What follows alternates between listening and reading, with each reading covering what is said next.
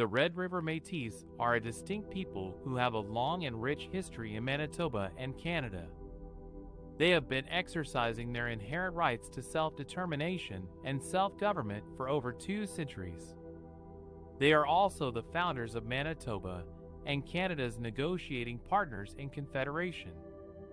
However, for many years, the Red River Métis have faced challenges in having their rights and interests respected and protected by the federal and provincial governments. They have also been denied their fair share of land and resources that were promised to them under the Manitoba Act. That is why, in 2018, the MF and Canada signed a framework agreement for advancing reconciliation, which set out a path for moving together towards self-government.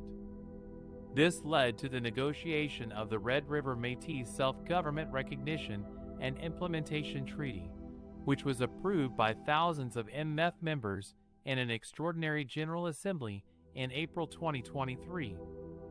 This treaty is a landmark achievement for the Red River Métis and Canada. It formally recognizes that the MMF is the representative government of the Red River Métis and has jurisdiction over their own core governance matters, such as citizenship, leadership selection, and government operations.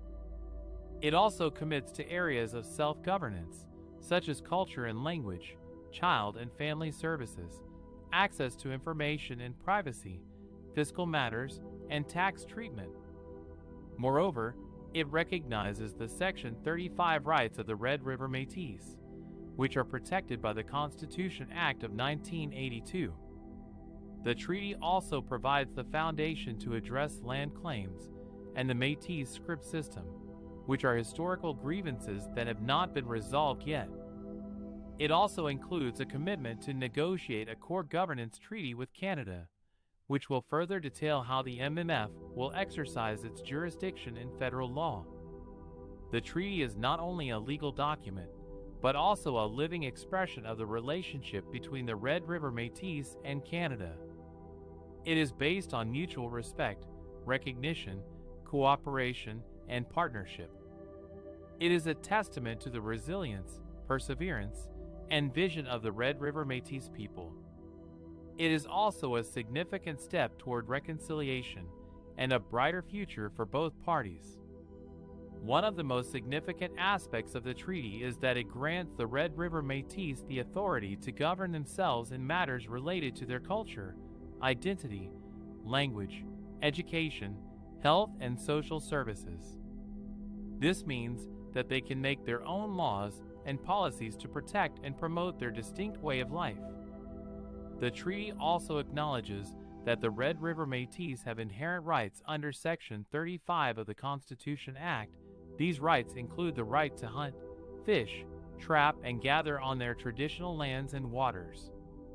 The treaty also affirms that the Red River Métis have a special relationship with the Crown based on their historic contributions to Canada.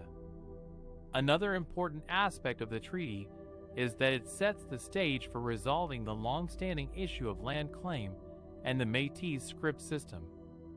The treaty recognizes that the Red River Métis were promised land by the federal government in 1870 as part of the Manitoba Act, but many of them never received their land or were cheated out of it by fraud and corruption. The treaty also acknowledges that the Métis scrip system, which was supposed to compensate the Métis for their land rights, was flawed and unfair. The treaty commits both parties to negotiate in good faith to settle these outstanding claims and provide justice and reconciliation for the Red River Métis. The treaty is a historic achievement that will have a lasting impact on the future of Manitoba and Canada. It is a testament to the resilience and perseverance of the Red River Métis, who have fought for recognition and respect for over 150 years. It is also a model for other Indigenous groups who seek to assert their rights and self-determination. The treaty is not only a legal document, but a living expression of the spirit and values of the Red River Métis.